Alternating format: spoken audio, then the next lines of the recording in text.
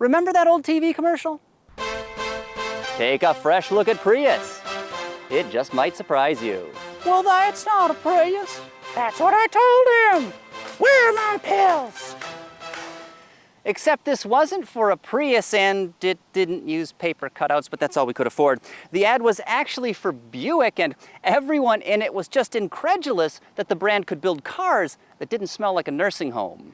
Well, this commercial is all I could think about this week while testing the new 2023 Toyota Prius Prime. I kept saying to myself, that's not a Prius, because it doesn't look like an alien mothership and drive like a dishwasher. Come on, Grandma, we gotta get you to bed. We're past due for your sitz bath. Come on, it's been a long day, I know. Podiatrist is coming, Dr. Schachter. Indeed, this new model is, frankly, astonishing.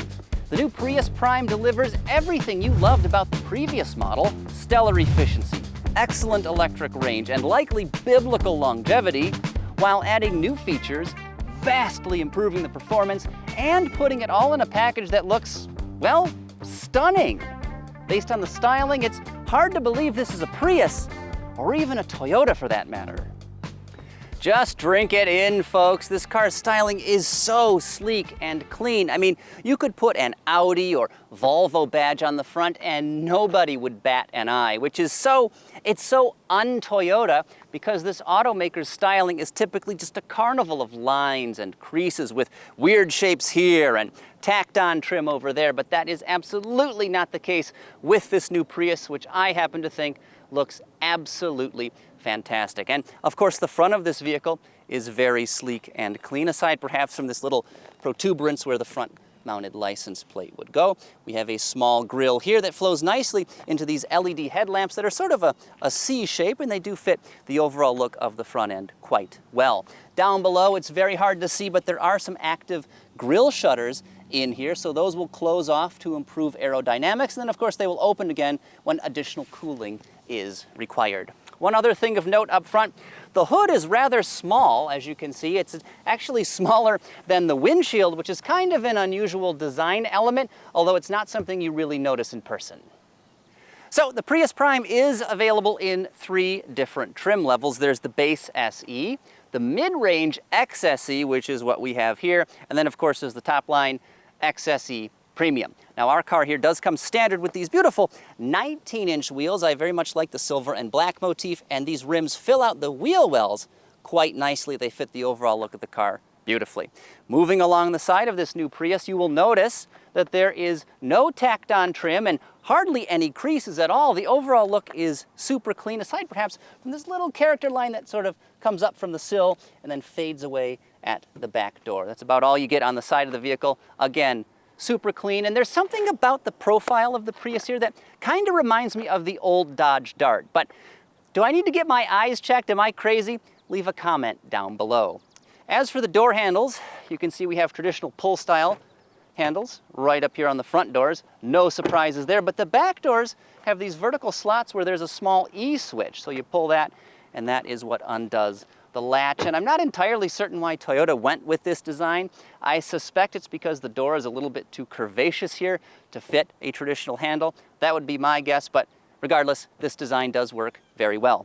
And then of course we have the gas filler door on the driver's side rear fender. I can't open it because it's not unlatched, but you've probably seen a filler neck before, so I don't really have to show you that. And this of course is mirrored by the charging port, which is on the passenger side rear fender. And then of course at the back of the vehicle you can see it is also very elegantly styled. We have Prius spelled out in blocky letters right across here. The trim level is up a little bit higher, and then Prime is down here in sort of an interesting cursive font. I don't hate it, but it does look a little bit out of place. Do you have a favorite automotive font? Times New Roman? Maybe Comic Sans? Let us know, of course, in the comments down below. So again, very cleanly styled back end. We have some body-sized, body width tail lights here, and then of course this is a lift back design, so sort of the hatch and the glass move as one. And if I pop it, you can see that lifts up nice and high, just like that, revealing a fairly generous cargo area. This is about 20.3 cubic feet of room. Not too shabby. There's a little bit of space underneath here, but this is really where you store the charging cable for the most part. Now, if you want some extra space, You can fold, of course, those rear backrests down, which is a little bit awkward to do. There are no straps or levers back here, so it's quite a reach to get to the latches. So normally you're going to go from the side doors and do those, which is just a little bit awkward. Regardless, if you fold those down, that increases the cargo space to just shy of 27 cubic feet. Back up front, let's talk about the 2023 Prius Prime's powertrain, and that's a lot of P's. But anyway, there are no big surprises under here, just a whole lot of substantive improvements. This drivetrain is built around a larger 2-liter Atkinson cycle 4-cylinder engine that, of course, delivers 150 horsepower and 139 pound-feet of torque all on its own. And this engine is matched to a pair of motor generators, and working through a fancy planetary gear set, they basically function kind of like an electronically controlled, continuously variable transmission. Now, both motor generators can be used to recharge the Prius Prime's battery pack, but motor generator 2 can also be used to drive the vehicle in EV mode. That motor is a permanent magnet design, and it delivers 161 horsepower on its own, which moves this vehicle perfectly well. No, it's not as quick as when the combustion engine is in play, but the performance is perfectly adequate. So, overall, the Prime has 220 system horsepower, which is about 100 more than the outgoing model, and that's enough to get you from 0 to 60 in a legitimately quick 6.6 seconds, which is a 35% improvement compared to the 2022 model, which needed 10.2 seconds to do the same thing. Now, the new Prime has a much larger 13.6 kilowatt-hour lithium-ion battery pack versus just 8.8. Now, that can be recharged from a 120-volt household outlet in about 11 hours, but if you tap into a 240-volt power source, it'll do the same thing in just 4 hours. As for all-electric range, the SE trim tops out at 44 miles, though the XSE and XSE Premium grades aren't quite as generous. They'll do 39 miles on a charge, but either way, the 2023 Prius Prime far outranges the outgoing model, which topped out at just 25 miles. Now, there aren't too many plug-in hybrids out there, and most of them are, unfortunately, crossovers. Therefore, the Prius Prime doesn't have a lot of direct competitors, and about the only one I could think of is the Kia Niro PHEV. Now, it's a very respectable product and a great value. Watch my full review by clicking the on-screen link. But as you can see here, this Toyota has significant advantages: more power, longer range, and noticeably quicker acceleration. And I'll tell you, the new Prime is legitimately quick. You may not believe me, but this car absolutely scoots when you hit the accelerator pedal. And I mean, 220 horsepower is nothing to sneeze at, even in a vehicle that weighs around 3,500 pounds. Overall, this Toyota's powertrain is torquey, it's super efficient, and it's very smooth. And of course, the engine even emits a pretty nice snarl when you get on the accelerator. Naturally, there are several different powertrain modes to choose from. EV mode basically runs the vehicle on electricity only, and that works at speeds up to 84 miles per hour. The engine may kick on depending on a variety of different conditions, but it should, for the most part, run exclusively off the battery. And of course, it delivers decent performance because that second motor generator does deliver 161 horsepower. Now, there's also an auto EV/hybrid mode that will run the car primarily on electricity, though it will also automatically engage the gasoline engine at times where it's most efficient. So you're climbing a steep hill, you're out on the interstate at high speeds, it makes more sense to run off the engine at those points than it is to drain the battery. So that's what that mode will do: engage the engine when it makes the most sense to deliver the best efficiency. There's also HV mode, which basically allows the powertrain to operate like a conventional hybrid drivetrain, so the gasoline engine and the electric motor work together. And finally, there's a charge mode, which allows you to use the engine to replenish the battery while you're driving. Makes a lot of sense. Now, to switch between all of these different powertrain modes, Toyota has a couple buttons down here on the center console, which is fine. It's easy enough to do, though I do find that the names of the different modes are a little bit confusing, and I think using a single dial or one button would make a bit more sense than having two separate buttons, but it does work fine. And of course, this vehicle has several different driving modes, which you cycle through using a little rocker here on the center console. There's Eco, Normal, Sport, and then of course a custom setting that allows you to adjust several vehicle parameters, and they all basically work as intended. I don't see much of a difference though between any of those modes. Now, the Prius Prime's ride and handling are excellent as well. Despite those rather large 19-inch wheels, the ride is very well controlled, but never harsh. Also, you get very, very little grittiness that comes up from the pavement, which makes this car almost feel like a luxury vehicle. It's that refined.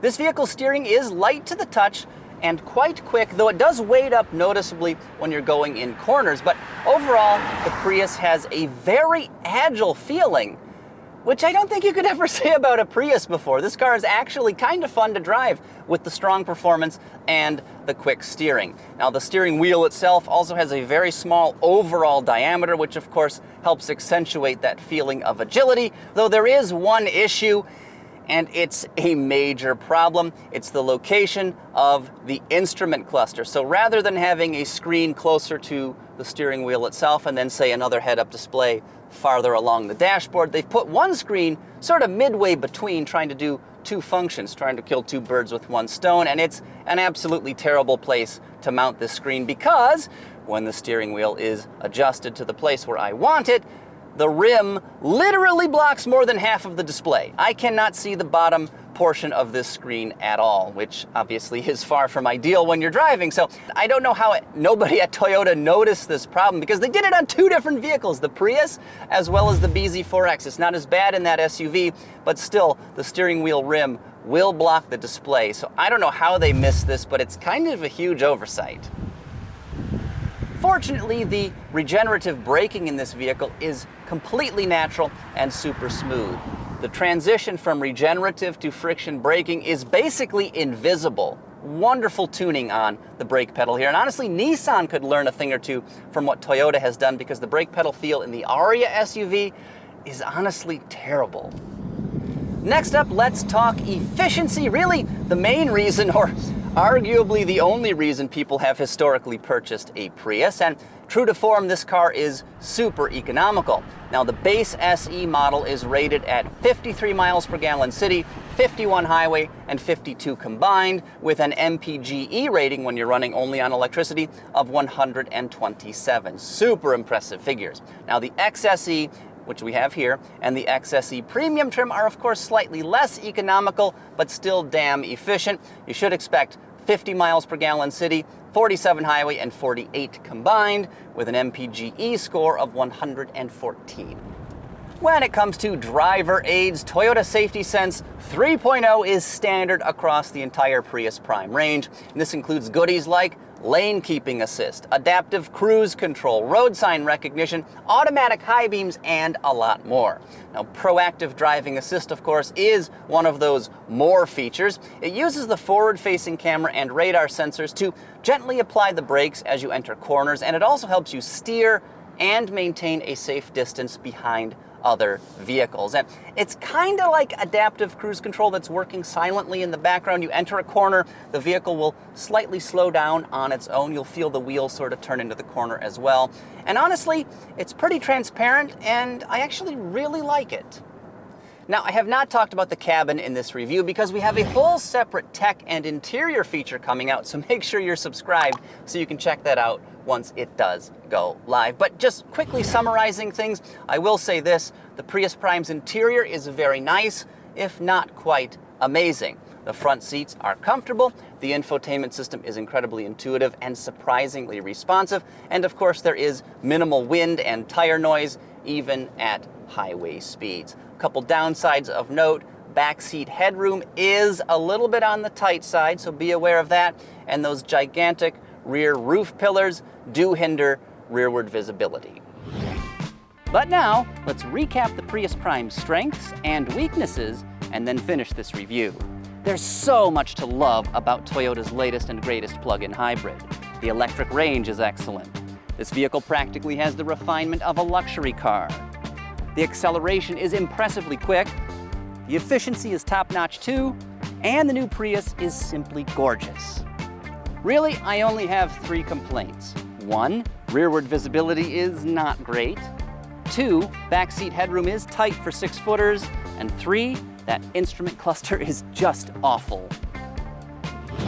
Pricing is another strength of the 2023 Prius Prime. This example checks out for an estimated $38,855, a totally reasonable sum for what is an excellent vehicle. And of course, that figure does include $1,095 in destination fees. There's $1,000 extra for the optional glass roof. If you want the larger 12.3-inch infotainment screen, that's an additional $735. And of course, this vehicle does wear a premium paint job. It's called Supersonic Red, and it goes for $425. Now, if you opt for a stripped-down base SE version of the Prime, you're only going to be spending around $33,000, which is frankly a steal. Historically, the Toyota Prius has been the butt of countless jokes for its weak performance and dorky styling, but nobody's laughing now. This 2023 model is legitimately awesome. Take one for a spin and I think you'll be saying, that's not a Prius. Up next, watch my full review of the Lexus RZ 450e by clicking right over here. You'll also learn why there are better all-electric luxury SUVs to choose from. Had to go to out-of-state college, be a film major, whatever. Should have been a pharmacist like your granddad. Now you come to grandma. I'm on a fixed income. I can't be doing that. I got other grandbabies too.